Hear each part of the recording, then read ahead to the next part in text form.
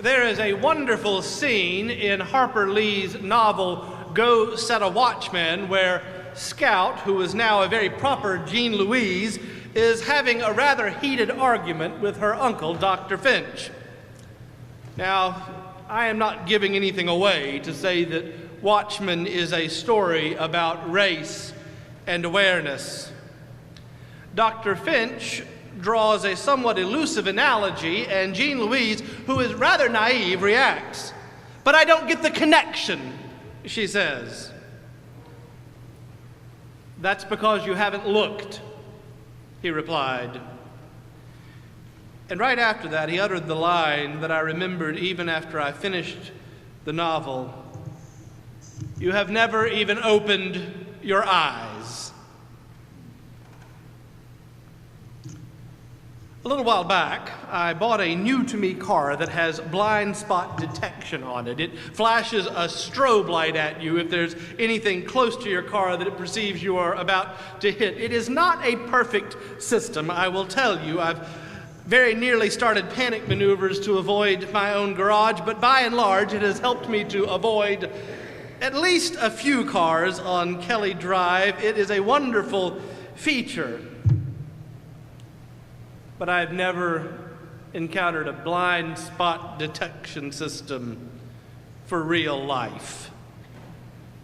In real life, our blind spots are not so easily detected. There are not lights to strobe at us when we are in danger of encountering one. Very significant things can lurk in the blind spots of our lives. Racism so often hides in the blind spots. Religious intolerance lurks in the blind spots. Homophobia hides out of sight, where we can't see it, at least some of the time. The blind spots in our lives can be fraught, to say the least. And yet it is something of God's great irony that miracles also reside in the blind spots.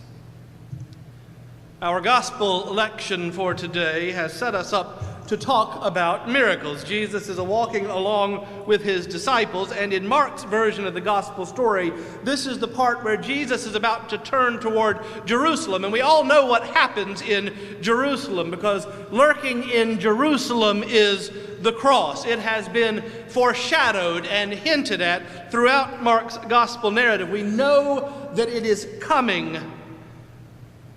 But for just a minute more, Jesus is enjoying relative ease with his friends. Now, we have seen how obtuse these friends can be. A few weeks ago, the disciples were arguing about which of the disciples would be the greatest of all time, and in response, Jesus, probably shaking his head with bewilderment at their thick-headedness, picked up a child and set her on a tabletop and said to the disciples, "Stop being like that. Be like her. For to such as these belongs the kingdom." Then last week they were wandering along again, and two of them sidled up to Jesus and said, "You know, it would be mighty fine if you would give us the two best spots in the kingdom, one on your right and one on your left. You know, in the kingdom, after you've fixed everything and it's all sorted out and we're in the kingdom, and if nobody else has asked, can we sit next to you?" Jesus has been telling them all along that the kingdom of God is all around them. He is walking toward Jerusalem, to that place where he will have to pay for all of that kingdom talk. And they want to know about the seating chart. Blind spots. What is hiding in our blind spots? Just as the disciples are showing again and again what they do not see, Jesus wanders next to a blind beggar named Bartimaeus. I imagine everyone is shushing the beggar, behaving as though he is a distraction from the kingdom. But then Jesus says, bring him over. And then all of these very same people who have been shushing him are now his best friends. He's calling you. Let's go. It's a quick exchange. It goes in an instant. And after it, Bartimaeus can see, and he is the newest follower of Jesus. Have you ever noticed in Mark's gospel narrative how rarely names are given? As the story works its way along, Mark's gospel is full of unnamed people who advance the plot. Brian Blunt calls them the little people.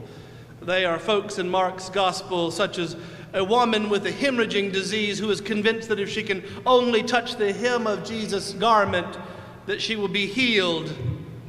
Or a Syrophoenician woman so desperate for healing for her daughter that she will encounter one she believes has the power to cast out demons and push back at him when he says no.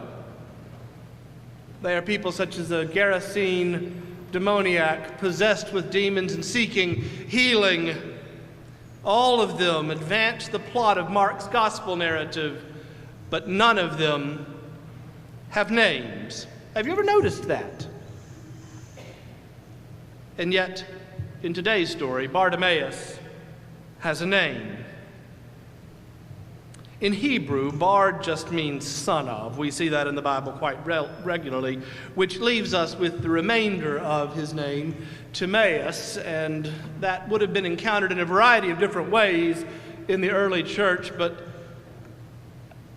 I believe perhaps the influence of Plato is on this story. Do you remember Timaeus? He was a character in Plato's dialogues.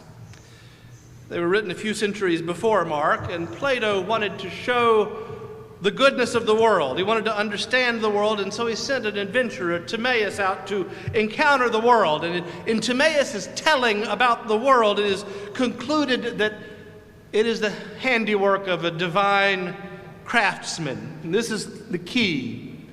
The craftsman, Timaeus concluded, was good. And the craftsman was concerned with such things as goodness and beauty in what he had made. So Mark shows these disciples blundering along, blind to what is right in front of them. And then an actual blind man, named for a character known for seeing what is good and beautiful, calls out Jesus by name. The blind man sees what is good, and then he follows. I think perhaps the miracle in this story is that he follows. Seeing means following. Otherwise, we're just stuck in a blind spot. For the ancients, everything about life was always a miracle, and so a healing in and of itself is not excessively more miraculous than the everyday encounters of life. For the ancients, if the sun came up in the morning, it was a miracle. If the rain fell in the quantities that was needed for the growth of crops, it was a miracle. So this roadside healing, as extraordinary as it may seem to us, was not particularly extraordinary to those who would have encountered the stories of Jesus. All of life is miraculous. So what is the miracle is that he follows. And yet we have taught ourselves, we moderns, not to see the world as miraculous, haven't we? If something amazing happens, then perhaps it is miraculous, and we miss the reality that we are every minute of every day floating on a sea of God's grace and goodness that is nothing short of miraculous. The truth is, the disciples are only doing what I suspect most of us do most of the time. They are wandering along with a vague notion that there's something important in the way off distant horizon called the kingdom of God, and they're missing what is right in front of them, the very kingdom of God that Jesus is preaching about. I know that's true of me, at least part of the time. We go right on living in our blind spots. And in Mark's gospel, it took a blind man to point it out. That's a miracle. Do you ever think about miracles? I think perhaps we've come to expect miracles to be earth-shattering, but they're not. They're the very building blocks on which creation is made. They're sort of the opposite of earth-shattering. They're earth-grounding. They are foundational. They are part of life, at least the life that God intends for us to have. Generosity is a miracle. Think about it. Not all of life, but enough of it suggests to us that we better get what we can while the getting is good, that we have earned our abundance when we have it, and that no one better try to take it from us because it is necessary to hold it all and hold it tightly. Not all of life, but enough of it suggests to us that it is a good thing to say, I want, because that is the only way to stave off the scarcity that we are sure is closing in around us. Not all of life, but enough of it suggests that to us. And yet, one of the great beauties of being part of a congregation that has been here for so very long is to know that abundance ebbs and flows and returns and comes and goes, and yet the congregation goes on. This congregation has thrived and witnessed in this place all these many years through depressions and booms and busts, and it has always been God who has sustained the work of the kingdom. But it's so easy to forget that. I've never forgotten a conversation I overheard sitting in a barbecue joint in Decatur, Georgia, a number of years ago. I was sitting there enjoying a cheer wine, which is, by the way, the nectar of the gods, and I heard a father hectoring his son. I just didn't see you out there playing to win today. It's fine to want to have fun, but son, you've got to get your head in the game and you have to want to win every single time. Not all of life, but enough of it suggests to us that we have to win all the time. My friend Bill Enright writes, "The voice crying from somewhere deep within you, I want, doesn't have anything to do with things and the accumulation of things. That voice is our starved soul crying out for God." Generosity is the transformed life in Jesus Christ, giving out of its abundance, growing in gratitude, no longer fearful of scarcity, because it knows that scarcity makes a lie out of the grace of God. Generosity is a miracle. Do you want to see?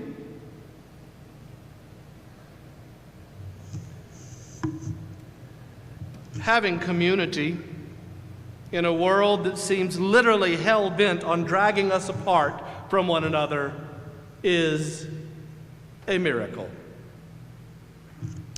I still have very dear friends in the church that I served for a summer in Scotland. They have been working diligently, these friends of mine, to stave off the closure of their church. The Scottish Presbyterian Church works a bit differently from the American one, and so these decisions are made externally, and in this church's case, it's a purely financial decision. But my friends there are mounting an effort to keep their community together, and they know they probably won't succeed, and the church will probably close. I've been following this process with them for a few years now, and when I first heard about it, I was terribly down about it. Even though I'd known it was coming, their building is one of those post-war sanctuaries that were just sort of thrown up out of what was available at the time, and frankly, it's not worth the money it would take to fix it. This is a post-war church built in a planned community, one of the first planned communities in Britain. It is populated by veterans of the Second World War, folks who have been worshiping together with each other for generation to generation now. And so as I heard of the efforts to bring this congregation's life to its conclusion, I felt terrible about those connections that I felt were being treated rather cavalierly. It had me down. Then I encountered a scrap of poetry from Seamus Heaney that made me think a bit differently. Listen to this. When all the others were away at Mass, I was all hers as we peeled potatoes. They broke the silence, let fall one by one like solder weeping off the soldering iron. Cold comfort set between us, things to share, gleaming in a bucket of clean water, and again let fall. Pleasant little splashes from each other's work would bring us to our senses. So while the parish priest at her bedside went hammer and tongs at the prayers for the dying, and some were responding and some were crying, I remembered her head bent toward my head, her breath in mine, our fluent dipping knives never closer, the whole rest of our lives. I read that scrap of poetry and I remembered that community is a miracle. Finding that body of faith that will walk alongside you generation to generation. People who will gather in faith without fear, no matter what. It is nothing short of a miracle. Do you want to see? Forgiveness is a miracle too. I think forgiveness is about one of the hardest things that any one of us ever really has to do. I know that for me, the greater the hurt, the harder the forgiveness. Talk about work. Forgiveness is work, but so is carrying around the hurt. Peter Gomes writes about what it takes to nurse a grudge. He said it takes a lot of work to maintain anger and estrangement. Those of you who have been involved in maintaining your share of your family's feuds all these years know how hard it is to remember that you are supposed to be thoroughly disgusted with your sister-in-law for something she did 40 years ago. But when the hurt was yesterday, as for so many, yesterday it was, or when it is last week, I think that's the hardest thing in the world that people of faith have to do, to forgive. But it does happen in fits and spurts, in drips and drabs. Forgiveness creeps in for us if we will let it. And then one day, we realize we are free of the burden we have been carrying around. It is a miracle. Do you want to see? Love is a miracle. Think about it. Do you manufacture your feelings? Sometimes we try, I admit that. But I find when I do that so much more than love will well up from within. But love is a miracle. We can't explain it. The Apostle Paul took a crack at it, but if you've ever looked closely at that 13th chapter of Corinthians, you'll realize it's not an explanation, it's just a description of love. That it's kind and patient and not envious or boastful or rude. And then Paul talks about what love does, but he can't explain it. So he simply says it bears all things, believes all things, hopes all things, endures all things. Love is a miracle. Do you want to see? We are floating on a sea of God's grace that exceeds our wildest imagination. Life is a miracle. Forgiveness is a miracle. Generosity is a miracle. Love is a miracle. Community is a miracle. And that's just the tip of the iceberg. If we'll open our eyes, we are surrounded, hemmed in on every side by God, who sustains every living thing, every moment of our lives, with grace and kindness and even beauty. If we will move out of the blind spots, that is. Do you want to see? You'll have to open your eyes. Do you want to see? Sometimes what you see will be terrible.